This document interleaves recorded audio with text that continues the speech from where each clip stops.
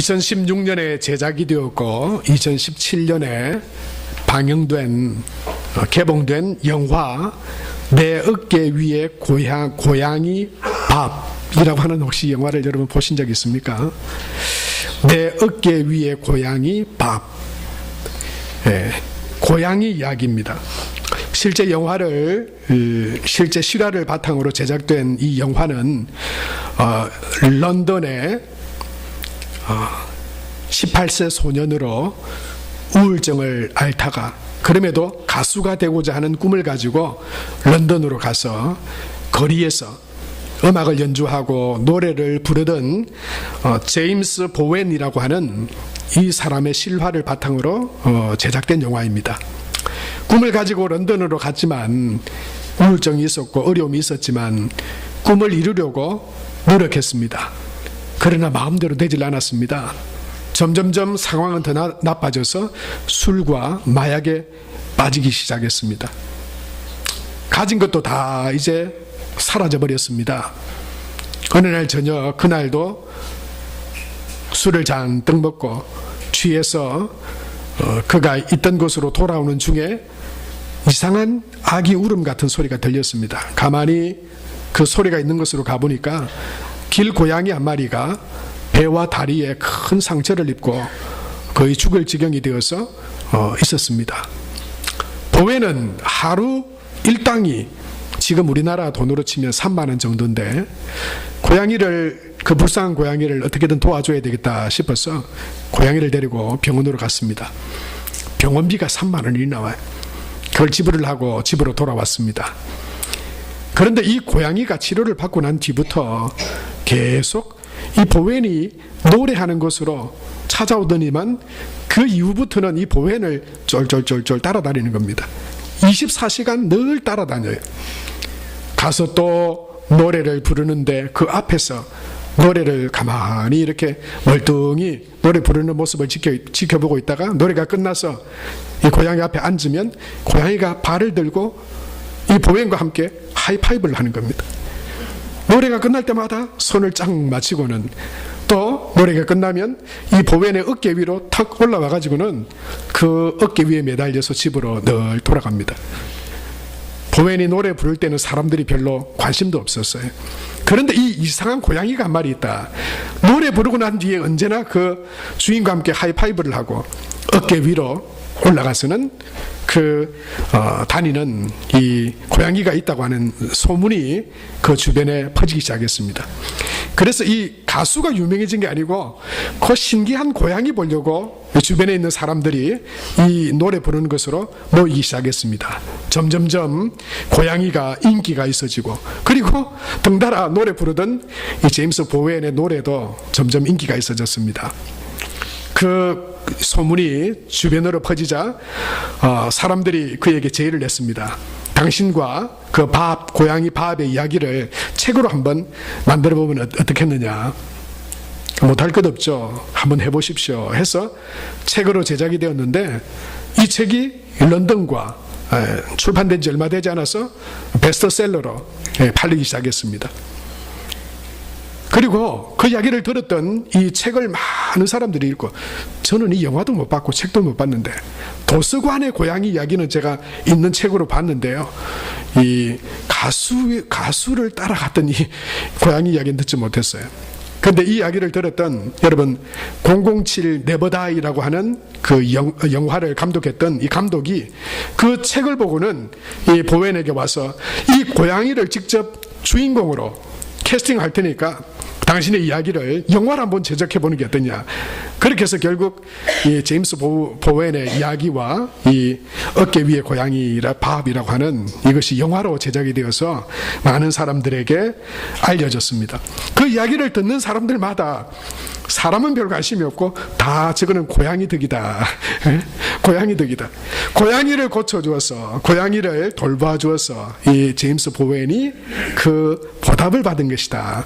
그렇게 많은 사람들에게 알려지고 있습니다.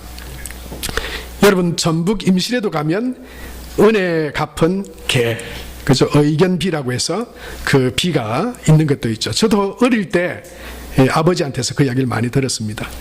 술 취해서 넘어져 있는 그 주인을 살리기 위해서 냇가에서 자기 털을 물에 묻혀서 그 불구덩이를 주인을 살리기 위해서 그 불을 자기 몸으로 끄트리다가 결국 죽었던, 주인을 살리고 죽었던 그 은혜 갚은 개 이야기.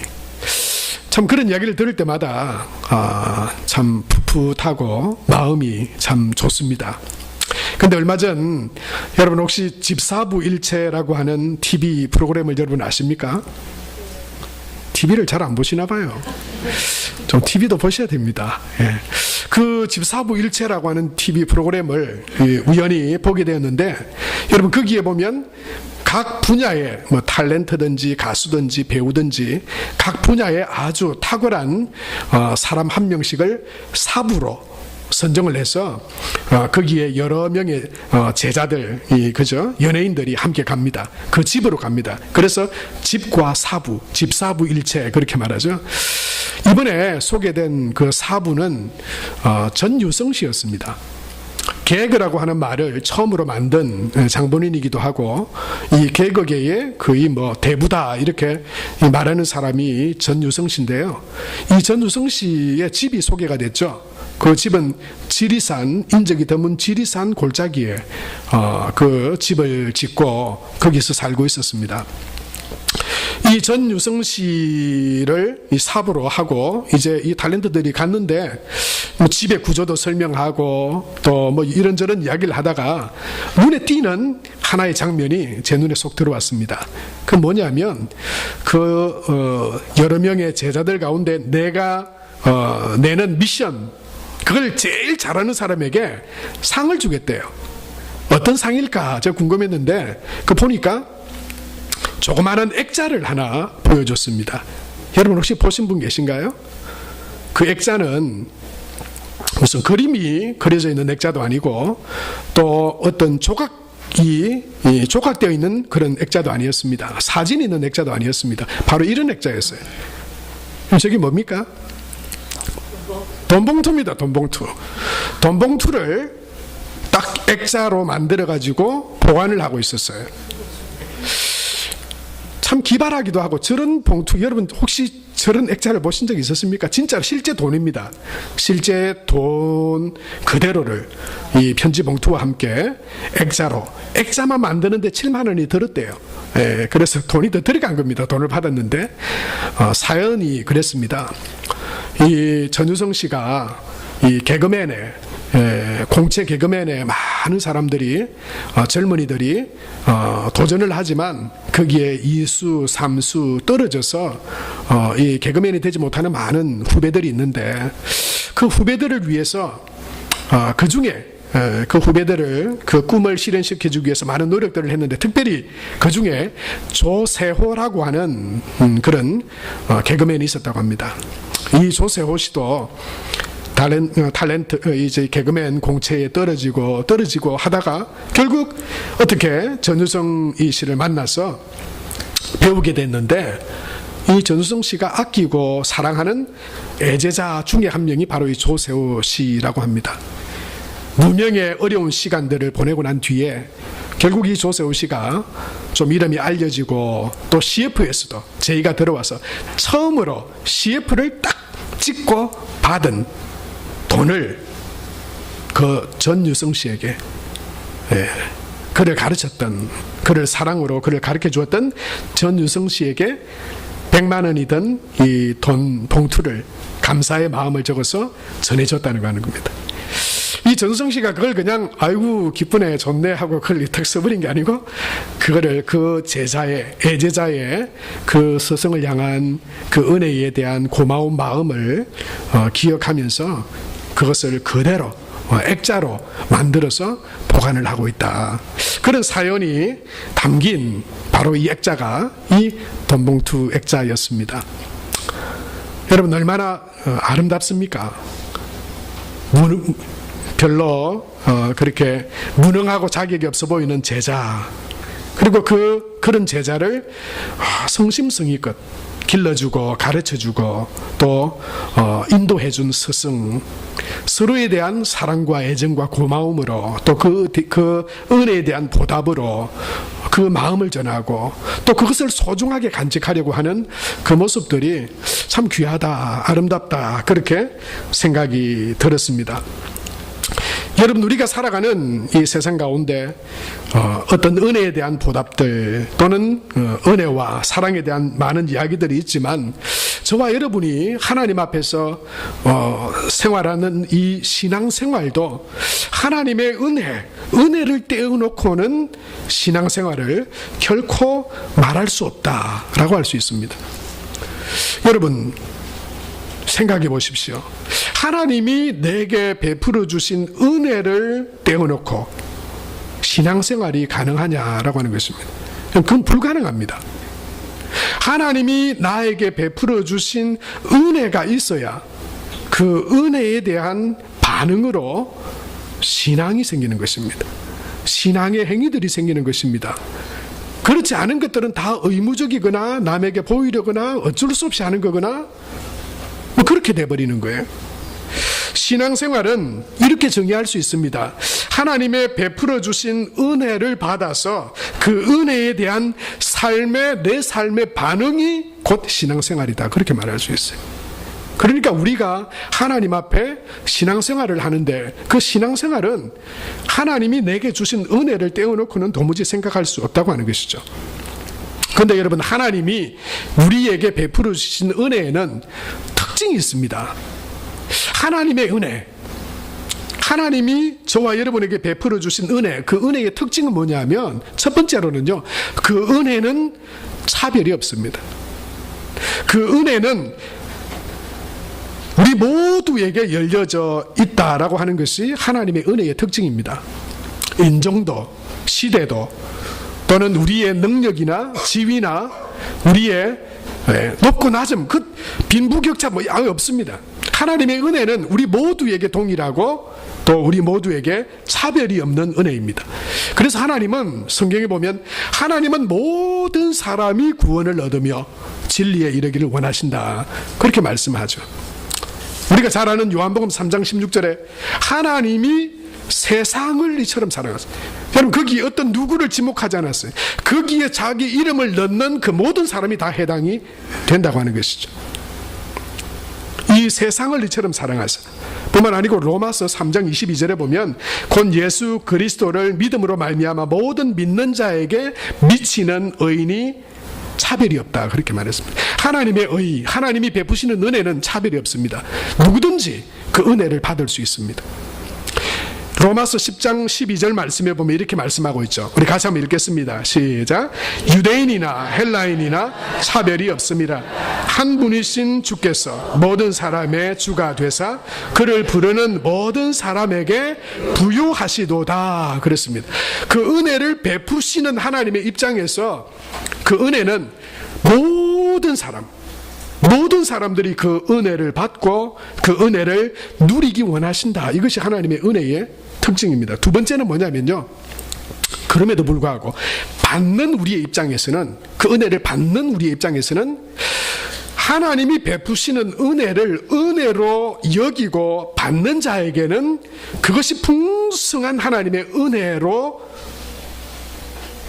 그에게 다가가지만, 그러나 그것을 은혜로 여기지 않고 그것을 하나님의 은혜로 생각하지 않는 자에게 하나님은 모두에게 주고 싶어 하시지만, 그러나 그것을 거부하고 인정하지 않는 사람에게는 그것이 결코 은혜로 미치지 않는다라고 하는 것입니다. 일본의 세계적인 부호이자 사업가이고 내셔널이라고 하는 상표의 창업자인 마스시다 고노스케라고 하는 사람이 있습니다. 이 고노스케는 94세 나이로 운명할 때까지 570개의 기업을 운영했고, 그리고 그 기업의 종사자가 13만여 명이나 되었다고 합니다. 어마어마한 세계적인 그런 부호였습니다. 그런데 이 고노스케는 유년 시절을 그렇게 행복하고 좋은 조건에서 살지 않았습니다. 그가 초등학교 4학년 때 아버지가 파산을 했습니다. 그래서 다니던 초등학교를 중퇴할 수밖에 없었습니다. 여러분, 초등학교 중퇴, 이건 뭐 말 다 한 거죠. 그리고는 자전거방에서 자전거를 수리하는 일을 통해서 생계를 돕고 또 이어가야 했습니다. 너무 어려웠기 때문에 집에 있을 수 없어서 부모님을 떠나 있었는데, 어머니를 떠나 있었는데 밤마다 엄마가 보고 싶어서 울었던 이야기들을 그는 소개하고 있습니다. 그런 그가 85년이 지난 뒤에는 세계적인 그런 기업의 총수가 되었었습니다. 한 번은 그의 직원이 고노스케에게 이렇게 물었습니다. 회장님은 어떻게 해서 어떤 비결로 이렇게 대단한 기업을 이룰 수 있었습니까? 그렇게 물어보자 이 고노스케는 3가지의 비결이 있다. 하늘이 내게 준 3가지의 은혜가 있다. 그렇게 말했습니다. 여러분, 이 은혜들을 저와 여러분도 다 받아서 우리도 여러분 복되게 쓰임받는 그런 하나님의 복된 사람들이 되시기를 바랍니다. 대단한 어떤 것 같죠? 근데 놀랍게도 이 고노스케가 하늘이 내게 내려준 은혜, 그 3가지는 첫 번째는 가난이고, 두 번째는 병약함이고, 세 번째는 배우지 못한 무식이다. 그렇게 말했습니다. 이것이 하늘이 내게 내려준 3가지의 은혜다. 그렇게 말했습니다. 여러분, 이게 무슨 은혜입니까? 이것 중에 여러 개가 내 건데, 그러면 나도 이거 내 이야기네. 지금 여러분 이 중에서는 그렇게 말하는 분들도 아마 있을 거예요. 그럼 나도 저기 한 최소한 2가지는 속하고 3가지는 뭐 초등학교 중퇴는 아니니까 3가지는 뭐 낫겠다 이런 분들도 있을 거예요. 여러분, 어떻게 보면 이 3가지를 그냥 두고 보면 이건 불행의 완벽한 조건 아닌가요? 가난하고 몸 아프고 배우지도 못했다. 불행의 3가지 조건이 될 수 있는데도 이 고노스케는 이것이 하늘이 내게 내려준 3가지의 특별한 큰 은혜다. 그렇게 말했어요. 왜 그런가 하면, 나는 가난 속에서 태어났기 때문에 부지런히 일하지 않으면 살아갈 수 없다라고 하는 것을 어려서부터 몸으로 배웠습니다. 그래서 나는 늘 부지런히 일하고 부지런히 살아갈 수 있는 그런 삶의 진리를 난 깨달았습니다. 그렇게 말했어요. 그리고 나는 어려서부터 유난히도 병치레도 많이 하고 잘 아프고 그리고 몸이 건강하지 못했습니다.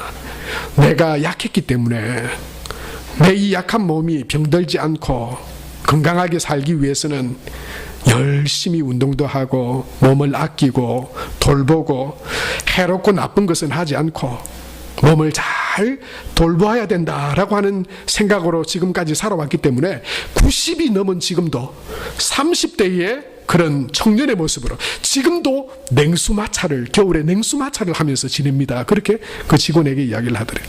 마지막 3번째, 배우지 못한 것. 여러분, 그것이 그에게 불행의 조건이 아니었습니다. 나는 배우지 못했지만, 나는 초등학교조차도 중퇴해야 됐지만, 그래서 내가 만나는 모든 사람들을 스승으로 여겼습니다. 그리고 만나는 일들을 통해서 나는 배우려고 하는 자세로 사람들을 만나고 어떻게든 배우려고 하는 노력을 중단하지 않았습니다. 그래서 지식과 상식을 얻을 수 있었습니다. 그렇게 하늘이 내려준 비결을 3가지를 이야기를 했어요. 여러분, 그대로 둔다면 한 가지만 있어도 불행한 삶일 거예요. 그러나 그것 자체가 불행이자 성공이 아니라, 그것 자체가 은혜인가 불행인가가 아니라 주어진 그 조건들을 은혜로 받아들였을 때는 그것이 그를 변화시키는 놀라운 그런 은혜의 통로들로 변화되어졌었다라고 하는 것을 고노스케는 그의 성경 비결로 이 3가지를 꼽았었습니다. 사랑하는 성도 여러분, 하나님께서 우리에게 베풀어 주신 은혜도 마찬가지입니다. 그것을 은혜로 여기면 내 삶을 하나님이 특별히 하나님의 은혜를 경험하게 한 경험들과 또한 그런 삶으로 나를 만드셨다라고 하는 것을 우리가 받아들인다면 우리에게 주어진 조건 자체는 결코 불행일 수 없습니다. 하나님의 은혜와 크심을 경험하게 되는 그런 하나님의 은혜의 비결들이 우리 삶 가운데도 그것들이 될 수 있을 줄로 믿습니다. 여러분, 그 은혜를 은혜로 여기고 그 은혜 가운데 주시는 기쁨과 풍성함을, 그 복됨을 누리는 저와 여러분 우리 모두가 될 수 있게 되길 바랍니다. 여러분, 그런데요, 그렇다면 하나님께서 우리에게 주신 그 은혜들이란 도대체 어떤 것입니까? 그 은혜 중에 은혜는 여러 가지가 있죠. 하나님이 우리의 기도와 삶 가운데 우리의 기도에 응답하시고 우리의 삶을 인도해 주시는 것, 함께 하심의 은혜, 여러 가지가 있지만 그 중에 은혜 중에 은혜는 구원의 은혜인 줄로 믿습니다.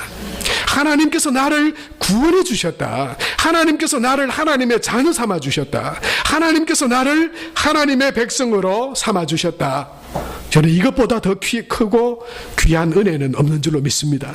그 은혜를 받아들이시는 여러분 우리 모두가 될 수 있게 되기 바랍니다. 그 은혜가 은혜처럼 여겨지지 않는다면 여러분은 아직도 하나님의 은혜를 받지 못한 자이기 때문에 그렇습니다. 그 은혜를 받지 못했다면 내게는 구원도 천국에 대한 소망도 없는 것입니다. 에베소서 2장 8절 말씀에 보면 우리에게 이렇게 말씀하고 있죠. 너희는 그 은혜에 의하여 믿음으로 말미암아 구원을 받았으니 이것은 너희에게서 난 것이 아니요 하나님의 선물이라 그랬습니다. 이 구원은 하나님의 선물입니다. 그것을 마음을 열어 받아들이는 자에게는 구원의 은혜와 천국의 소망이 우리 가운데 충만하게 될 줄로 믿습니다. 이 땅에서 고난도 있고 어려움도 있지만 그러나 하나님이 나를 구원하셨고 천국에 대한 나는 소망이 있다라고 하는 그 믿음과 소망은 여러분 이 땅 가운데서 어떤 상황 가운데 우리가 지내든지 간에 하나님이 주신 그 은혜로 말미암아 하나님 안에 그 은혜를 찬양하며 기쁨으로 나가는 복된 삶으로 우리를 인도해 주실 줄로 믿습니다.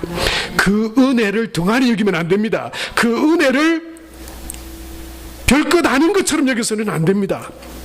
히브리서 2장 3절 말씀에 보면 그것을 세번역 성경으로 이렇게 말씀하고 있어요. 하물며 우리가 이렇게도 귀중한 구원을 소홀히 여기고서요. 그 구원을 소홀히 여기고서요. 우리가 어떻게 그 갚음을 피할 수 있겠습니까? 그렇게 말씀하고 있어요. 사랑하는 성도 여러분, 저와 여러분이 누리고 붙들어야 할 은혜 중에 은혜는 하나님의 구원의 은혜인 줄로 믿습니다.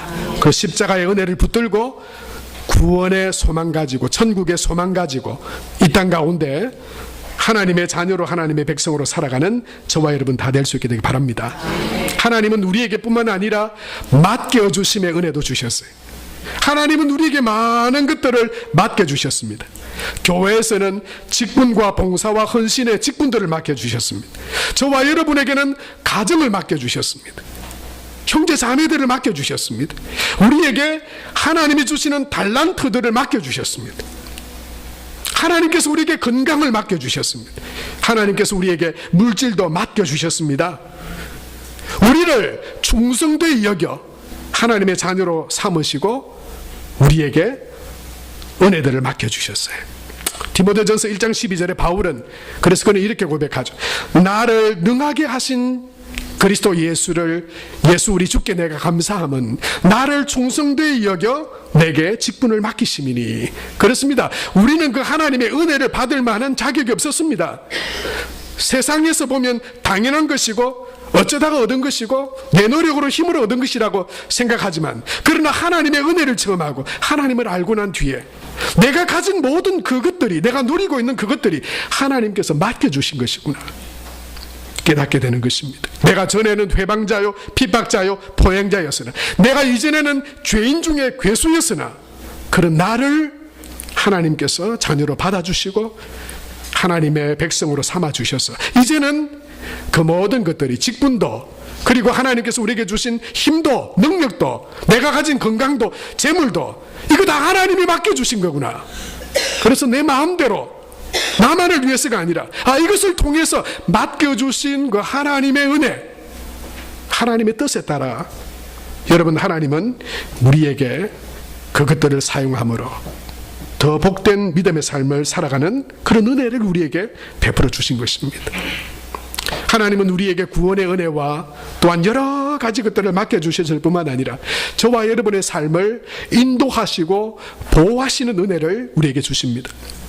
저와 여러분이 믿음의 고백으로 하나님 앞에 고백하건대 지금까지 우리의 삶은 하나님의 은혜였습니다. 지금도 하나님은 우리에게 은혜 베풀어 주시고 인도해 주시기를 원하십니다. 그리고 장차 앞으로도 우리의 남은 모든 삶도 하나님께서 우리의 보호자가 되어주시고 우리 삶의 인도자가 되어주실 줄로 믿습니다. 하나님은 그 은혜를 우리에게 베풀어 주시기 원합니다. 다윗은 그래서 시편 23편 1절에서 3절까지 말씀해 보면 우리 이렇게 말씀하고 있죠. 같이 한번 읽겠습니다. 여호와는 나의 목자시니 내게 부족함이 없으리로다. 그가 나를 푸른 풀밭에 누이시며 쉴 만한 물가로 인도하시는도다. 내 영혼을 소생시키시고 자기 이름을 위하여 의의 길로 인도하시는도다. 인도하시는도다. 사망의 음침한 골짜기로 다닐지라도 내가 해를 두려워하지 않을 것은 주께서 나와 함께 하십니다. 주의 지팡이와 막대기가 나를 보호하시고 안위하시나이다. 여러분, 누구에게 주시는 은혜입니까? 여호와를 그의 목자로 고백하며 믿는 자에게 하나님은 보호하시고 인도하시는 은혜를 우리에게 주시는 줄로 믿습니다. 바울은 그래서 이 구원하심의 은혜도 맡겨주심의 은혜도 인도하심과 보호해 주심의 은혜도 다 하나님이 내게 주신 은혜이구나, 그것을 고백하면서 그는 고린도전서 15장 10절에 이 모든 것이 나의 나된 것이 하나님의 은혜입니다 이렇게 고백하고 있습니다. 나의 나된 것은 하나님의 은혜로라. 내가 더 많이 수고하고 이랬지만 그것도 나의 힘과 노력이 아니라 그것조차도 하나님의 은혜입니다. 사랑하는 성도 여러분, 저와 여러분이 우리에게 베풀어 주시기를 원하시는 그 은혜를 모든 이에게 차별 없이 그 구원과 맡겨주심과 인도하심과 보호하심의 그 모든 은혜들을 여러분 믿음으로 받아서 그 은혜를 누리는 저와 여러분이 다 될 수 있게 되기 바랍니다. 그런데 여러분, 이 은혜도요 유통기한이 있습니다.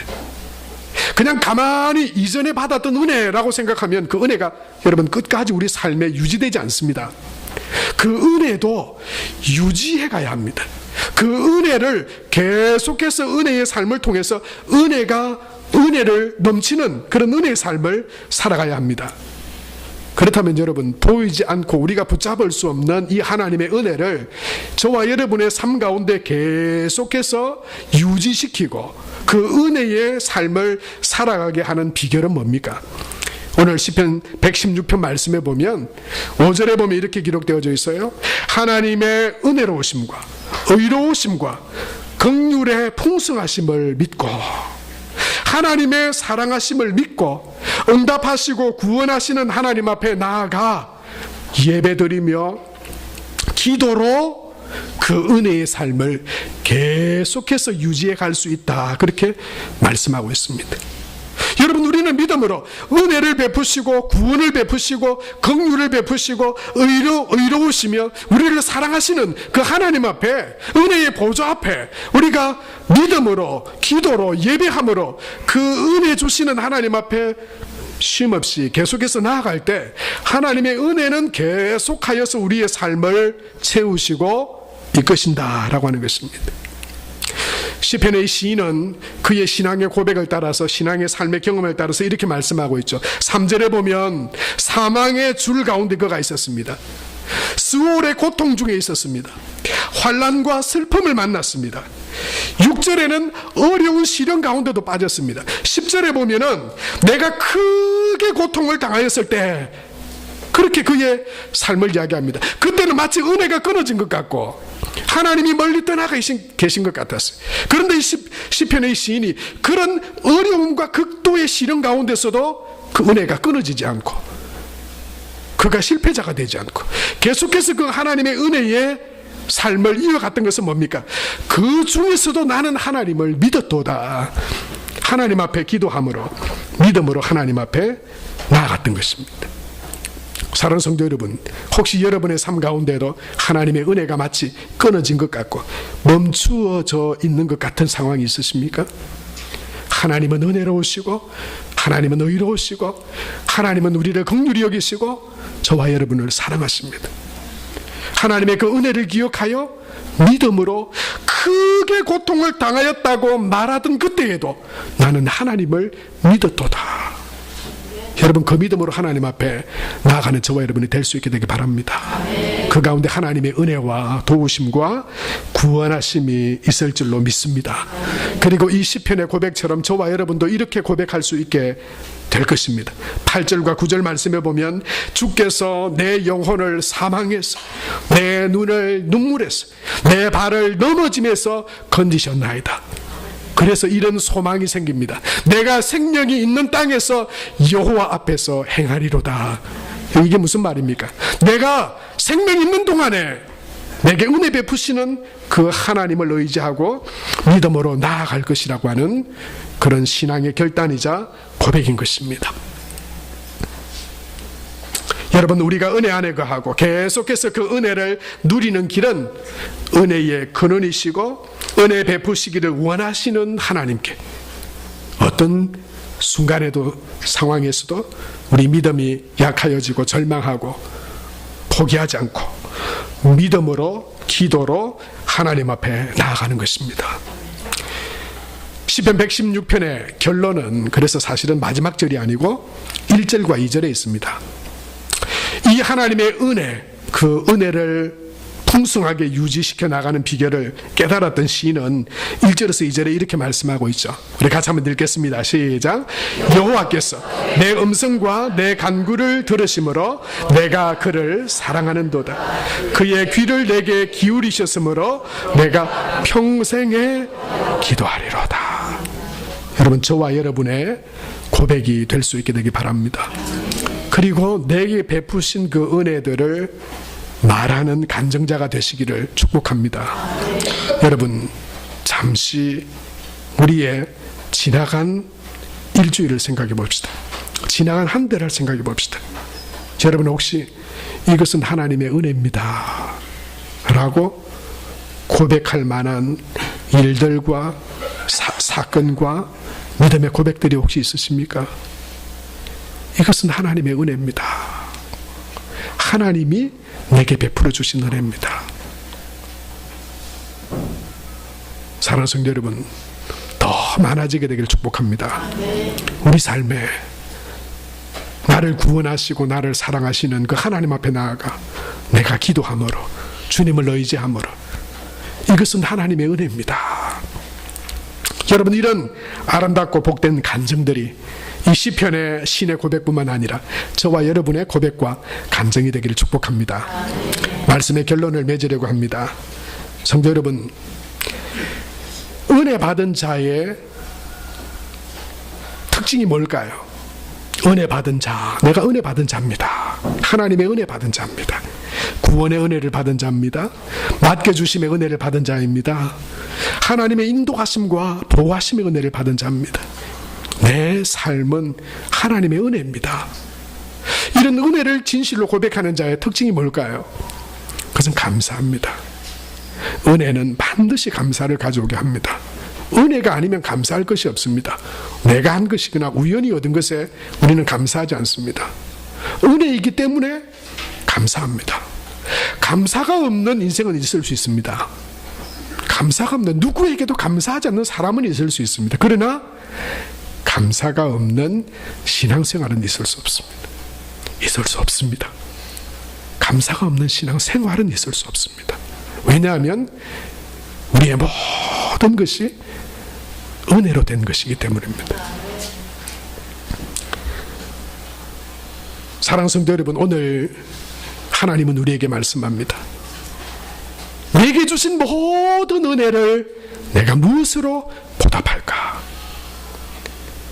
그것은 저와 여러분 우리 각자가 하나님 앞에 응답해야 할 각자의 몫입니다. 하나님 앞에 은혜로 감사함으로 나아가 더 크신 하나님의 은혜와 감사가 저와 여러분 우리 삶 가운데 풍성한 복된 믿음의 삶이 되시길 바랍니다. 기도하겠습니다. 하나님 아버지, 은혜와 사랑을 감사합니다.